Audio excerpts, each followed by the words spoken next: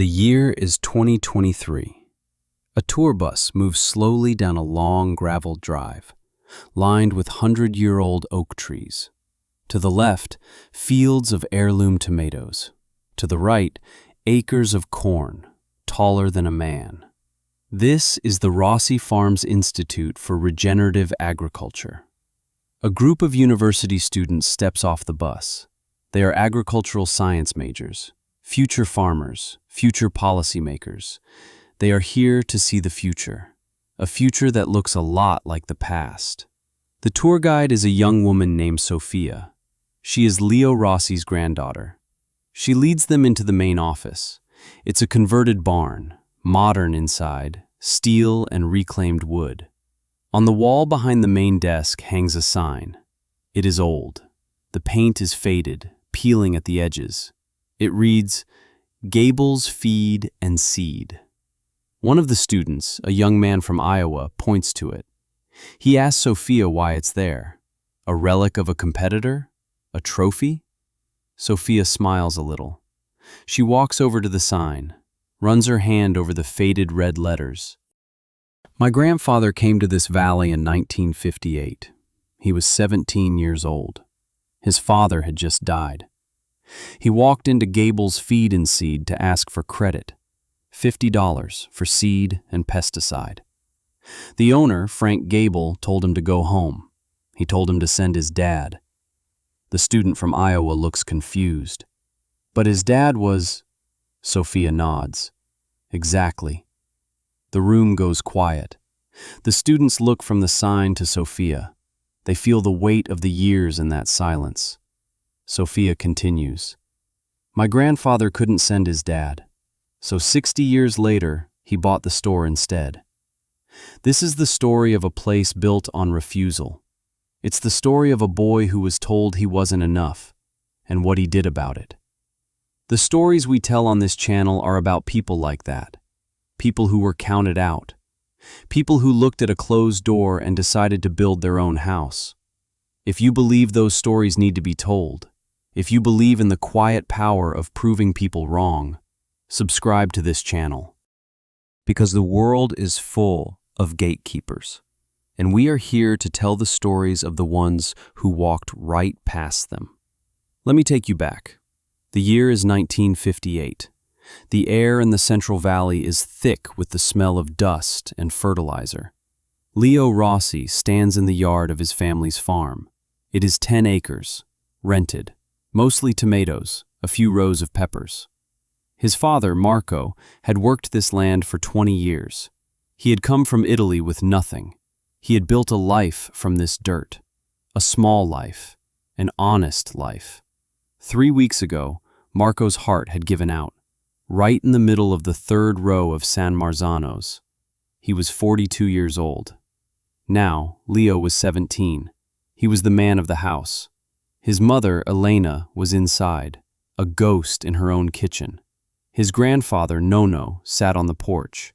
He watched the fields. He said nothing. The problem was a blight, a fungus that was turning the leaves yellow. It started at the edges of the field. Now it was creeping inward, a slow death. Everyone in the valley was talking about it. The co-op had sent out a notice.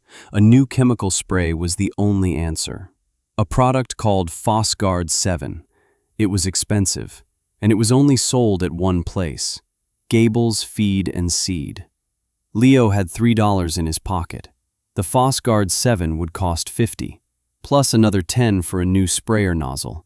$60 he did not have. There was only one option, credit. His father had always paid cash. Always. It was a point of pride. We owe no man nothing, he would say. But his father was gone, and the blight was here. So Leo put on his father's good shirt. It was too big in the shoulders. He got in the old Ford pickup, the one that only started if you prayed first, and he drove the 5 miles into town. Gables Feed and Seed was more than a store. It was the center of the farming community. It smelled of molasses, fertilizer, and old wood. Frank Gable stood behind the counter. He was a big man, not fat but solid. He was respected. coached the Little League team, served on the church council. He had known Leo's father for 20 years. Frank was a decent man. Leo walked up to the counter. His hands were sweating. He looked at the floor. Mr. Gable. Frank looked up from his ledger. Leo, how's your mother holding up? She's all right, sir. Good, good. A terrible thing. Your father was a good man. Yes, sir. What can I do for you, son? Leo took a breath. I need a bag of Fosgard 7 and a B2 nozzle for the sprayer. Frank nodded. He knew what it was for. The blight is hitting everyone hard this year. He put the heavy bag on the counter, found the nozzle in a small wooden box. That'll be $61.40. Leo's heart hammered in his chest. Sir, I was hoping I could get it on credit, just until the harvest comes in. Frank Gable stopped. He leaned on the counter. He looked at Leo, not with anger, not with contempt, something softer, and in some ways worse, pity. He sighed. Leo, your father never asked for credit, not once in 20 years. I know, sir, but I don't have a choice. Frank ran a hand over his face. He looked out the front window of the store. Look, son, this is a tough business. It's tough for a grown man with two good hands. You're 17. This farm, it's too much for you. This blight is just the start. Next year it'll be drought. The year after it'll be aphids. It never ends. Leo stood straighter. I can handle it. Frank shook his head slowly. He spoke quietly, like a doctor delivering bad news. I can't give you the credit, Leo. It wouldn't be right. I'd just be setting you up to fail. And I'm not going to be the man who puts Marco Rossi's family into debt. My advice? Sell the lease. Your mother can get a nice little place in town. You can get a job at the packing plant. It's good, steady work. Let someone else take the heartache. I'm telling you this for your own good. Leo felt the blood drain from his face. The shame was a physical thing. It felt hot. He couldn't speak. Frank saw the look on his face. He softened his tone even more. Listen, you're a good kid, but this is a man's decision. You go on home, you talk it over with your family, and you send your dad in to talk to me. The words hung in the air. Frank realized what he'd said. His face flushed. I'm sorry, son, I didn't mean... But the damage was done. Send his dad. Leo turned without a word. He walked out of the store. The bell on the door jingled behind him. He didn't hear it. He sat in the truck for 10 minutes, just staring at the steering wheel. He felt like he was suffocating. Frank Gable wasn't a villain. He was a good man who thought he was being kind, and that was the part that hurt the most. It's one thing to be told you can't by an enemy. It's another to be told you can't by someone who thinks they are protecting you. Certainty, delivered with kindness, is a prison. It cannot be fought with anger. It can only be disproven. And disproving it takes decades. Leo drove home. The truck rattled and shook. He parked it by the barn. He didn't go inside the house. He went to the porch. Nono was still there, in the same chair, looking at the same fields. He hadn't moved. Leo sat on the top step. He put his head in his hands. He didn't have to say anything. The old man knew. After a long time, Nono spoke. His voice was rough, like stones in a riverbed. The man in town. He said no. Leo nodded, his face still in his hands. He said I should sell. He said it's too much for a boy. He said, to send my father. Another long silence. The sun was starting to set. It cast long shadows across the dying tomato plants. Nono finally shifted in his chair. He looked at Leo, not with pity, with something else, an ancient, unshakable calm. Your father, he was a good farmer. He followed the American way. He listened to the men in town. He bought their seeds. He bought their chemicals. He trusted their machines. But I remember a different way. In Sicily, we did not have these things. We had the sun, we had the rain, we had the dirt, and we had our hands. Leo looked up. His grandfather's eyes were clear. This blight, it is a sickness of the soil. The chemicals are a bandage. They do not cure the sickness. They make the soil weaker for next time. So we need more chemicals. And the man in town, he gets richer. It is a good business. For him. Leo felt a flicker of something. Not hope, just a question. What do we do? Nono stood up. It was the first time Leo had seen him stand all day. He walked down the porch steps. He walked into the field. He knelt down. He scooped up a handful of soil. He let it run through his gnarled fingers. He looked back at Leo. They don't own the sun. They don't own the rain. The dirt is enough. Tomorrow, we work. Not the American way, the old way. And Leo Rossi, 17 years old, felt a change happen inside him. The shame from the feed store began to burn away, replaced by a cold, hard resolve. He would not sell. He would not quit. He would make the dirt enough. Have you ever been told you couldn't do something? Not by an enemy, but by a friend? By someone who genuinely believed they were saving you from yourself. It's a particular kind of pain. It questions not just your ability, but your right to even try. If you know that feeling, drop a comment below. Tell us about the time someone kindly tried to build a cage around you. Because what happened next on this 10-acre farm changed not just a family, it changed the way this entire valley thought about the ground beneath their feet. The next morning, the work began. It was not about spraying, it was about pulling. Nono and Leo walked the rows. Every plant that showed yellow on its leaves, they pulled it out by the roots, by hand, one by one. It was brutal, back-breaking work. They burned the infected plants in a pile behind the barn. The smoke smelled like failure. Their neighbors watched from their trucks as they drove by. They shook their heads. The Rossi boy is plowing under his crop. A damn shame. Marco would be heartbroken. By the end of the first week, nearly a third of the field was gone. Empty rows of dark-turned soil. Then, Nono brought out buckets, filled with a foul-smelling tea. He had been brewing it for days. Compost, garlic, a little bit of fish guts from the market. It stank to high heaven. "This is our medicine," he said, "for the soil." They walked the rows again, this time with watering cans, pouring the mixture around the base of every remaining plant. Again, the neighbors watched.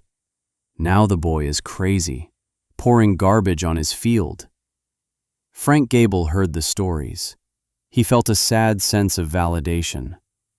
I told the boy, he thought. I tried to help him. But the remaining plants didn't die. The yellowing stopped its advance. The green on the leaves seemed to deepen, to darken. It was slow, almost imperceptible, but it was happening. Next, Nono showed Leo how to plant between the rows. Not with more tomatoes, with other things. Marigolds, to keep away the nematodes. Basil, to confuse the hornworms. Borage, to bring in the good insects. It was an old, forgotten knowledge. A symphony of plants working together. The feed store sold monocultures. Kill everything that isn't your cash crop. Nono's way was different. Create a system so healthy that the pests and blights have no place to take hold. The harvest that year was small. They only got about 60% of a normal yield. But their costs were almost zero. Just the price of some seeds from a catalog. And their own sweat. All their neighbors who had sprayed Fosgard 7, they had a full harvest. But after they paid Frank Gable for the chemicals, and the bank for the operating loan, they cleared about the same amount as Leo. Some even less. Contrast math. Leo's input, $75 for seeds and compost ingredients. His profit, $2,000. His neighbor Jim Carter's input, $600 for seed, fertilizer, and Fosgard 7. His profit, $2,200. But Leo had worked his land. Jim had borrowed against it. That winter, Leo and Nono didn't rest. They built a compost system that was massive. They got manure from a local dairy, sawdust from the mill, vegetable scraps from the town's diner. They built a living mountain of future fertility. The next spring, they tilled that black, rich compost into the soil. The ground became dark and soft. It smelled alive. They planted. The tomatoes grew with a vigor Leo had never seen. The leaves were a deep, waxy green. The blight never came back. Not that year. Not the year after. Never again. The harvest was enormous. And the flavor was different. The tomatoes were richer, sweeter. The local cannery paid them a premium. They made $4,000 that year. Clear. Leo took the money, in cash, and put it in a shoebox. And this is where the story starts to change. It stops being about survival, and it starts to be about something else. Let me tell you about the next 40 years. By 1962, Leo had saved $10,000. The 5-acre plot next to theirs came up for sale. The owner was retiring, moving to Arizona. Leo went to the man's house. He sat at his kitchen table. He opened the shoebox. He paid for the land. Cash. Now he had 15 acres. In 1965, he bought his first new tractor, a John Deere 4020. He drove it to the dealership, paid for it in full. Cash. The dealer was stunned. He had never sold a new tractor for cash before. Frank Gable heard about it. He saw Leo driving the new machine down the main road. He felt something he couldn't quite name. It wasn't jealousy. It was confusion. It didn't make sense. The Rossi boy wasn't following the rules. He wasn't buying the newest fertilizers. He wasn't spraying the latest pesticides. He wasn't in debt up to his eyeballs. And yet, he was succeeding. In 1970, Leo bought another 20 acres from a farmer who had gone bankrupt, a man who had a line of credit at Gable's that was 5 pages long. Leo paid the bank directly, cash. He had 35 acres. He started diversifying. He planted a small orchard of peach trees. He put in a few acres of wine grapes. All of it was done the same way.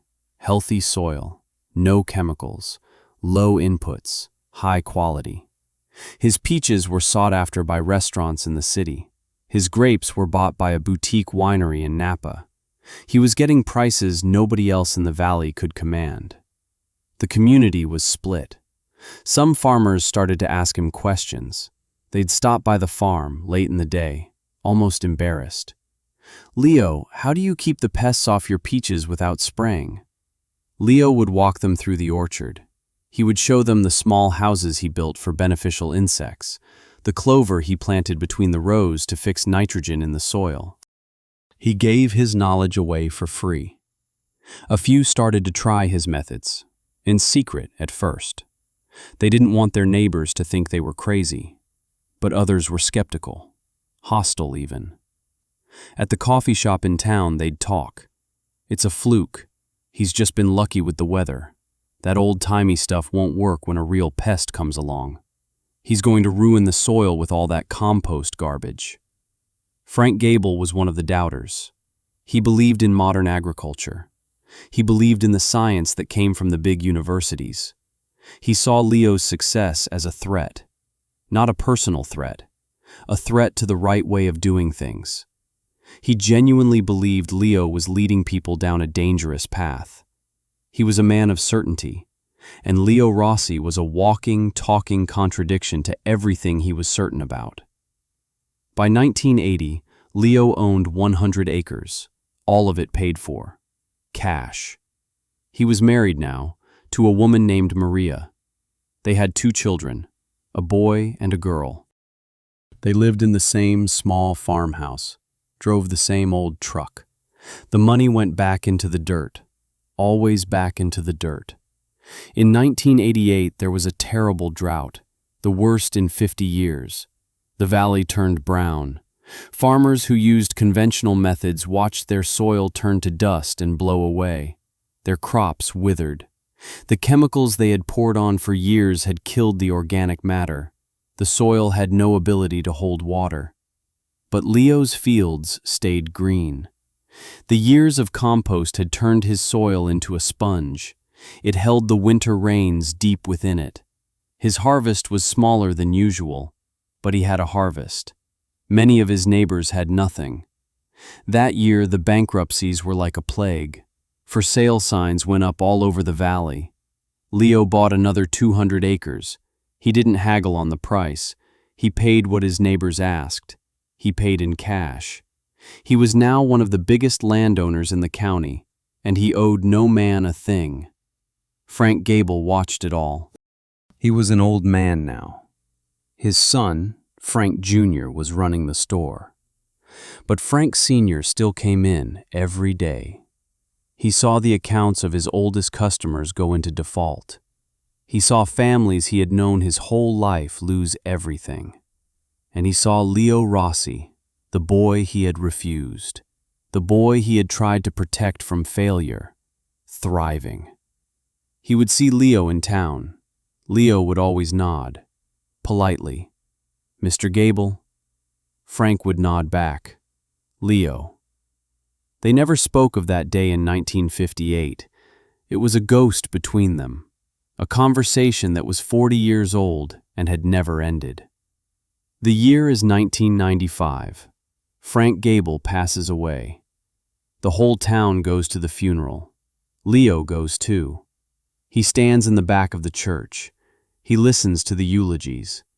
They talk about Frank's kindness, his service to the community, his decency.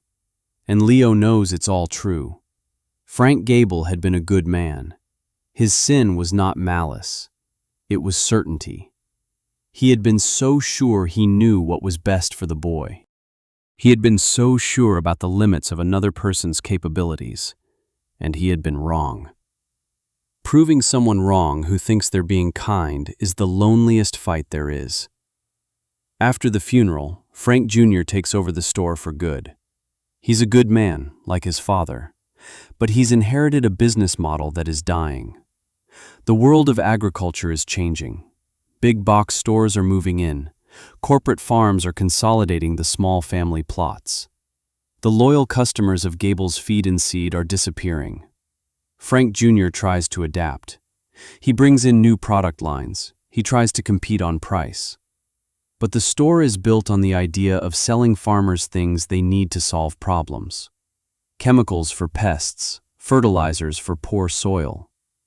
Leo Rossi had built a farm that didn't have those problems.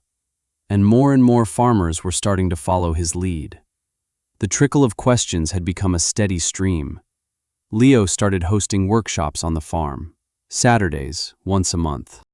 He'd teach composting, companion planting, soil health, for free. At first, a dozen farmers showed up, then 50, then 100. They were learning to get off the chemical treadmill, and every farmer who did was one less customer for Gable's Feed and Seed. By the early 2000s, the store was struggling, deeply. Frank Jr. had taken out second and third mortgages. He was in debt to the suppliers. He was laying awake at night, staring at the ceiling, just like the farmers his father had tried to help. He was trapped. Then came the recession of 2008. It hit the valley like a hammer. Credit dried up completely.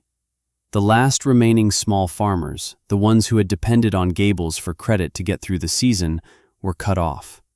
The store's income fell by half in 6 months. Frank Jr. knew it was over. He was going to have to declare bankruptcy. He was going to lose the store his father had built, the legacy, the family name.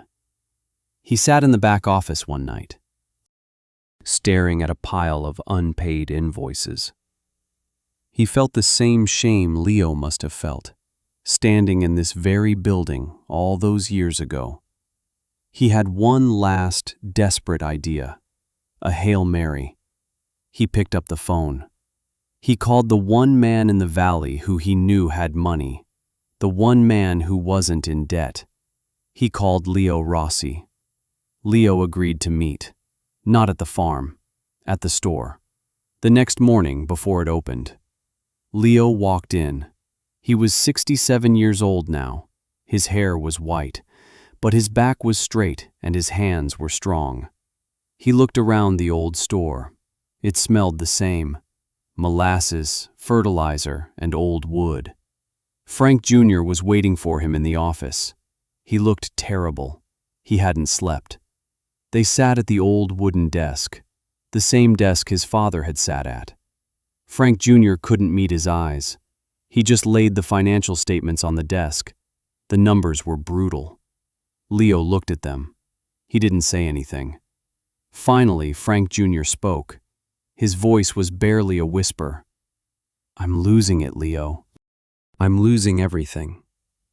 I was wondering if you would consider buying the inventory, maybe the building. I have to sell. If I sell to you, at least it stays local." Leo looked at Frank Jr. He saw the shame in the man's eyes, the same shame he had carried out of this store 50 years ago. The cycle had come full circle. Leo leaned back in his chair. He looked around the office. He remembered standing on the other side of that counter, a boy in his father's too-big shirt, being told to go home, being told he wasn't enough. He could have said no. He could have let the store die. It would have been justice of a kind.